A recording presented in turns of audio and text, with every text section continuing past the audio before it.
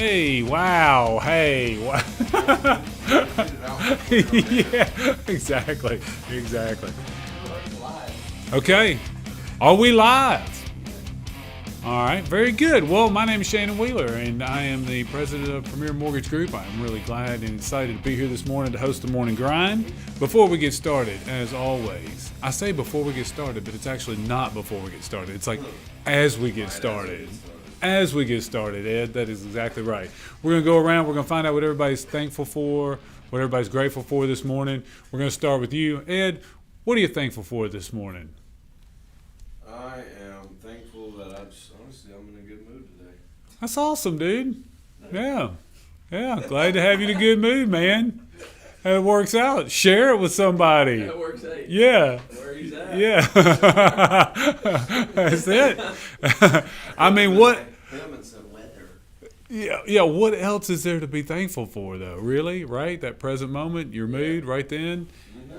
I'm thankful that I had a good 4th of July with some good friends. Okay, so what was so good about it? We just got to hang out and enjoy each other's fellowship. Yeah, very good. All right. Day drinking, check. Okay, all right. I'm thankful that this Sunday I'm going to play golf with our good friends Josh and Zach. Oh, very good. Yes, you're going to enjoy the heck out of that. Yeah, good guys. It's been a while, so I'm excited to get back on the course with them. Yeah, good guys, and you're going to have some good fun. Okay, so a couple things. As always, as Ed so brilliantly pointed out, shameless plug time. I told every one of you, as you know, you're going to see this from now through September. But Charity Chopped in the Borough coming up September the 14th. If you are into food competitions, culinary things, all those sorts of things, and supporting food, clothing, shelter, and workplace rehabilitation here in the county, then you will want to be involved with Charity Chopped in the Borough in September. These are all of our past champions. Of course, we didn't have an event competition in 2021 and 22, so Faith, Hope, and Love are the winners for those years. And if you are interested in attending, then you will want to contact me to see about getting your golden tickets. They are individually numbered. There's only 100. They're going fast. Great going. So if you're interested in going and checking out a great competition, we've got celebrity judges, celebrity chefs, a great group of people that are really movers and shakers and people that are helping in the community all the time. So that's Charity Chopped in the Borough. You can go to charitychoppedintheborough.com to find out all the information that you would like. Okay, so let's get to the show topic for today. The topic is run your own race. Now, did any of you happen to see the video that I did on Facebook where I was talking about my embarrassing start to the race that I had on 4th of July? Probably not. Anyway, nobody watches videos for more than like 3 seconds, right? Yeah.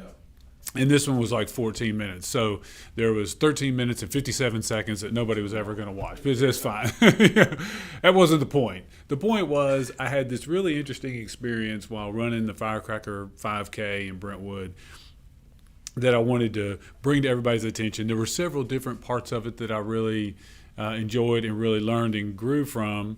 But the one thing that I wanted to share this morning was something that happened to me during the race that was a reminder of how important it is for you to stay present in what you're doing and to run your own race. So now, have any of you ever run a 5K or, okay, so you've run a race. When you ran, were you really thinking much about the field? Were you thinking about people around you? What were your thoughts were you just trying to complete the distance? Did you have a personal record in mind? What were your thoughts the last 5K that you ran? Last one I ran was the Thanksgiving 5K, and I think the most time the mindset I had was just don't throw up. Yeah, don't throw up. Okay, that's always a good one. Yeah. Now, what about yourself? Have you ever run a race? No. You ever been a 5K? Ed, have you ever run a race 5K? Well, I ran more than 5K in Florida. yeah, I was about to say. 5 miles. You ran 5 miles in Florida.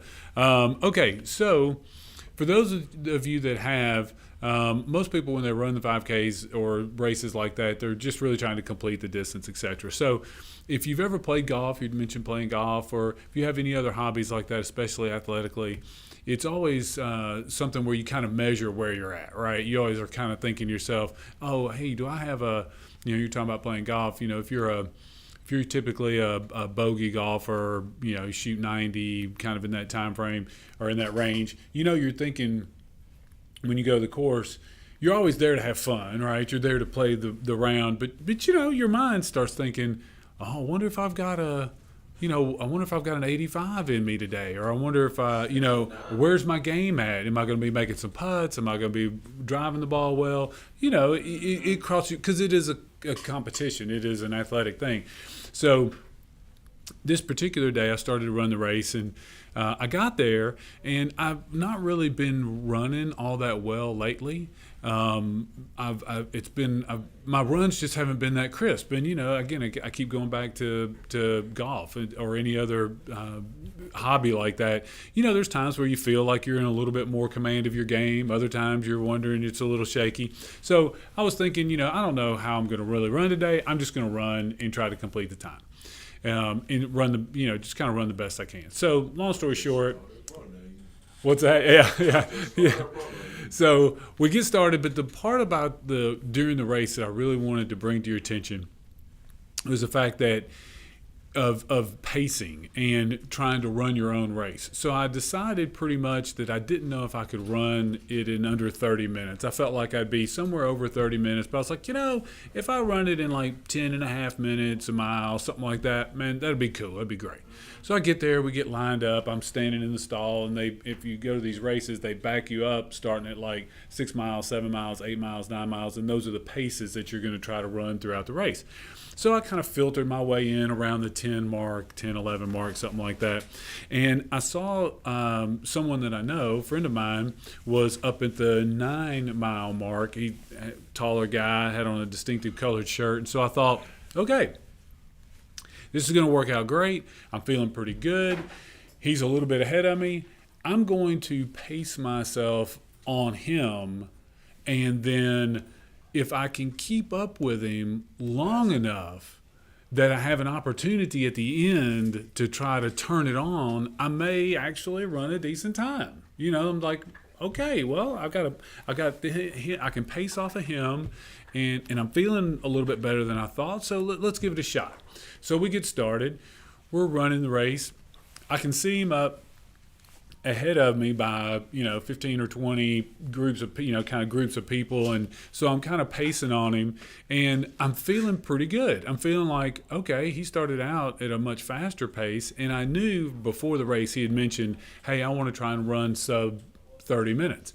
And I thought, okay, well, if I can keep up with him and I can get there in the end, we'll see how it goes. So we get about a half mile in, about 3/4 of a mile in, and I'm keeping up pretty well. So mid-race, I'm thinking to myself, okay, I'm feeling pretty good today. It's like if you were playing golf and you get the first few holes, you're like, I have no idea what my score is going to be today, and all of a sudden you look up and you're like, I'm 2 over after 5 holes, There you go. right? So then you're like, okay, but that's the point of the story. So while I'm following him, I start thinking, I get to a certain point in the race where I have to make a decision. And the decision is, do I pass him or not? Because the race began and I started making ground quicker than I thought. I was first of all keeping up. Then I started to make a little bit of ground. And so I'm feeling this kind of change that's happening. Well, all of a sudden, this guy that I've been pacing myself on, I get where I'm caught up with him. I'm like even, and I go to the other side of the road so he can't see me, and I get up shoulder to shoulder, and I'm like, okay. So I fall back behind because I'm thinking to myself, I don't want to pass him because I don't want to get ahead of my pace. Well, I don't want to spend all my energy only to have him pass me again towards the end of the race. So I kind of come around and fall in behind him. And so I'm trailing in behind him. Well, then I realize that I just can't not pass him. I'm feeling like my body is telling me and my mind is telling me that regardless, I've got to pass him because I'm not running my full race right now. I'm holding myself back. And so there was this moment, there was this tension. So I decided I would go ahead and pass him. Well, the interesting thing is when I decided to pass him, I then switched roles psychologically. And I went from someone who was following a person and chasing that person to now I'm running to not be caught. You see the difference? You ever been in that situation? You know what I'm talking about? So what's the psychology there? Would you rather be constantly chasing and constantly behind, even if you feel like you're holding back a little bit? Do you feel like you need to be constantly chasing, or are you feeling like you like to run from the front and wonder, are you looking over your shoulder? What about yourself? I feel like in any situation in life that I'm in, if I feel like I'm being held back, it's time for me to separate myself. All right. What about you? Yeah, I kind of agree with him. If you feel like you're being held back, time to separate yourself. What about you, Ed? Do you like the idea of chasing a goal or running ahead of being chased? I'm always trying not to get caught. See, it's an interesting sort of thing. So apply that to your career, or apply that to your finances, or apply that to your bills. Like, are you the kind of person that is always going towards that new goal that's out there, or are you the kind of person that's trying to not get kicked out of their apartment? Right? I mean, and I think there's really no right or wrong as much as it's understanding which one you're doing. So the interesting thing is, I decided to go ahead and pass. Now, I feel a little more comfortable, honestly, in that pursuit role. So I've made money, I've lost money, and I've had money. So in all of those, to me, the place that I feel the most exciting, the most excited, the most creative, the most going forward is when I'm in that process. So I'm in that process of making money. So to me, that's something that I like to see, that forward progress. Having it and trying to keep it is not as fun to me as having it and trying to make more. I mean, so I'm going through the process, and I decide I'm going to go ahead and pass the guy. So the whole time at first, I start looking over my shoulder, right? And I'm like, man, I cannot let this guy catch me no matter what. And then I'm like, man, if I passed him and then I get caught, well, then I've had this great race, but I've also had a disappointment. So there's this mental battle that's going on.